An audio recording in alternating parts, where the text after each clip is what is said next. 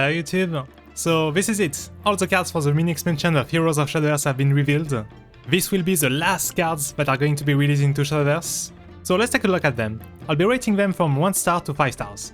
So the new Sekka, 5 stars. I think it's just the best card of this mini expansion. Castle used to be a super solid deck, but they lost Plumeria and didn't have a second Storm. And Sekka is exactly that.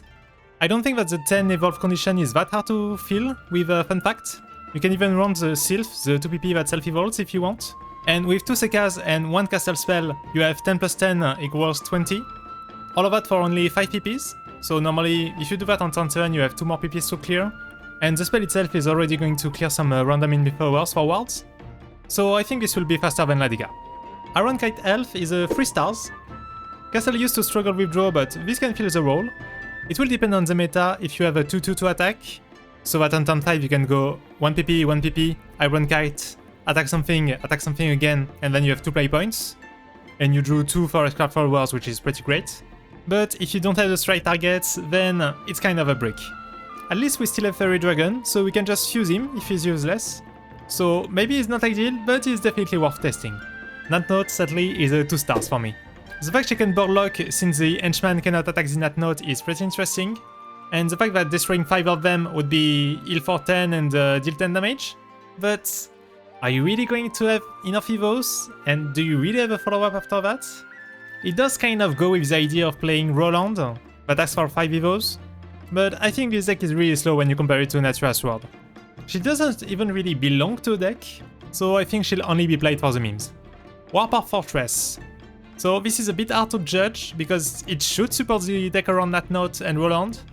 Having a 1PP self-evo is very interesting. It's also good with the other 1PP evo when something else evolves.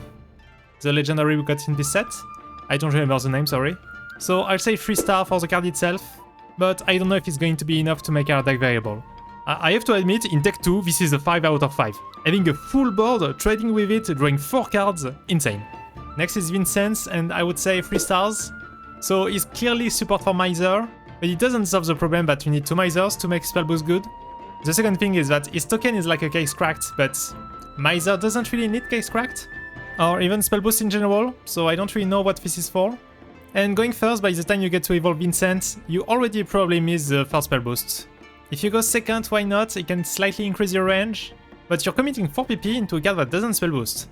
So maybe this is a one-off for going second, but I'm really not convinced. Riley, Soul Shaman, 4 out of 5. So it's not like the old Riley, she doesn't gain any attack when she gets invoked, so you can only treat her as a finisher if you play her from hand. But most of the time you're just going to accelerate her for the magic sediment. But my teammate told me, since you have Pascal in the deck, you're going to have a ward where you double her stats, so she'll have 12 health. And if you can fill the condition on turn 6, this can be actually super scary. I think it counters a Tetra deck that needs the board to be empty, and probably doesn't have the means to clear multiple 12 HP followers. So I could see Dart Rune or even Golem Rune being viable because of her. Next is Drak, 5 out of 5.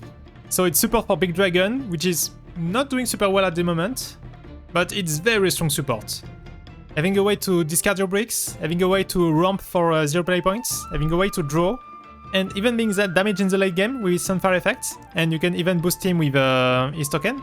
And the token is also a way to deal with early cards. So yeah, nothing to say, super good card for Big Dragon. We'll have to see if it makes the deck good.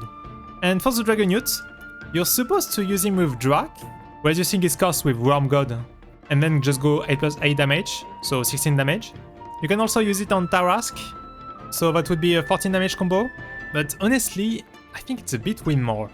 If you already got the reduce out of Worm God, then you probably don't need to play this. You just play 2 copies of your burst card. Also, you're not going to be able to fuse this, so I think it's just a 2 out of 5. I might be wrong though, there might be an OTK combo that we find out. Like maybe we end up playing double Tarask and the Dragon Youth for 21. Kagero, this is a 4 star. So the body itself, being a rush bang giving you a token, is very good. But the question is, can we really meet the 15 last words for the damage on the Soul Flash? So if you take pure Necromancy Shadow, it's only going to play Lubel, so it's not going to be enough. If you take Machina Shadow, Ainea is going to give the last word Summon a Druid to all of your cards, so this could go very fast. I think it's definitely a card for this deck. But you can also consider Dark Alice, and even if we don't have his 10 deaths, with the Natural Engine, And with the trees, it's not that hard to play a lot of neutral cards and get your last swords. And technically, if you have 2 Soul Flash and 2 Alice, it's 20 damage. And the 5 random damage is going to clear the wards for Alice. Maybe this is a bit too much copium, but I think it's worth testing. At least, this will see play in Machina Shadow. Gravedigger, this is a 4-star. So I don't think you play this as a free off, it's a bit expensive, it might get bricky, but it does solve one of the Machina Shadow problems, which is that your opponent can just leave a bunch of 1/1 droid on the board, leave your board locked, and you can't really put any new pressure. So in a way, this is like Puppet Workouts in Machina Portal, where it puts your opponent in a dilemma. If they don't clear, you're going to Gravedigger and boost your board and do a lot of damage, and if they clear, you're just going to continue your game plan. So I think this is worth playing as a 1 or 2 off in the deck. Alucard, 4 stars. So my problem with him is that even if you activate Vengeance when he evolves, you don't really have any great play of Vengeance right now, you just have Galama and Maron. So while this could work, I think you have to manually evolve Alucard, and so you kinda lose damage doing that, it's a bit sad.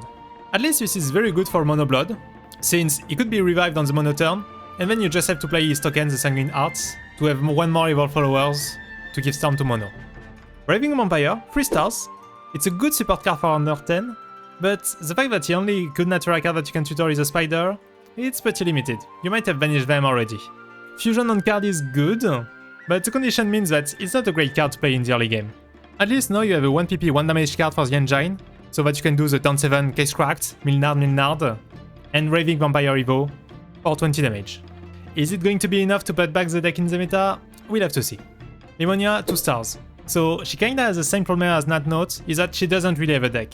She is meant to be played in Evolve Haven, so that you can have the token summon Aegis. And technically you have Jan for 3 Evos on turn 7, but let's be honest, Aegis is too slow for today's meta.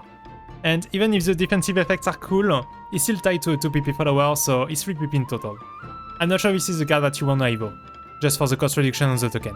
Sweetheart, 5 stars. 1 PP engine cards are broken. Next. So this one is not on the official website yet, so this is a translation from the Shadowverse Reddit Discord server. Ashley Ring, 2 stars. The Titans are really not great. So even if it looks like very good tempo, since you get 2 wards, the invoke condition is like so far away, and we don't really have any PP cheating anymore, we just have artifacts, but I think this card is very win more in artifact. The summon claims is, in theory, super powerful, it's like Philen, but if you have to pay 6 play points for it, it's not really worth it. Back on the official website, Maisha.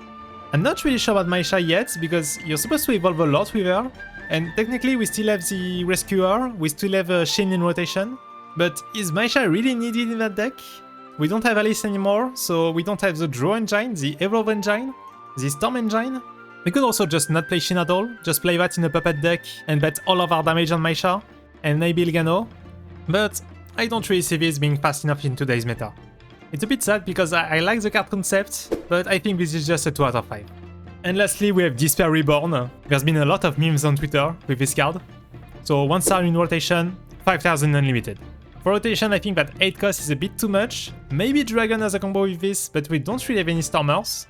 But for unlimited, they're already thinking about how to summon shop with this card.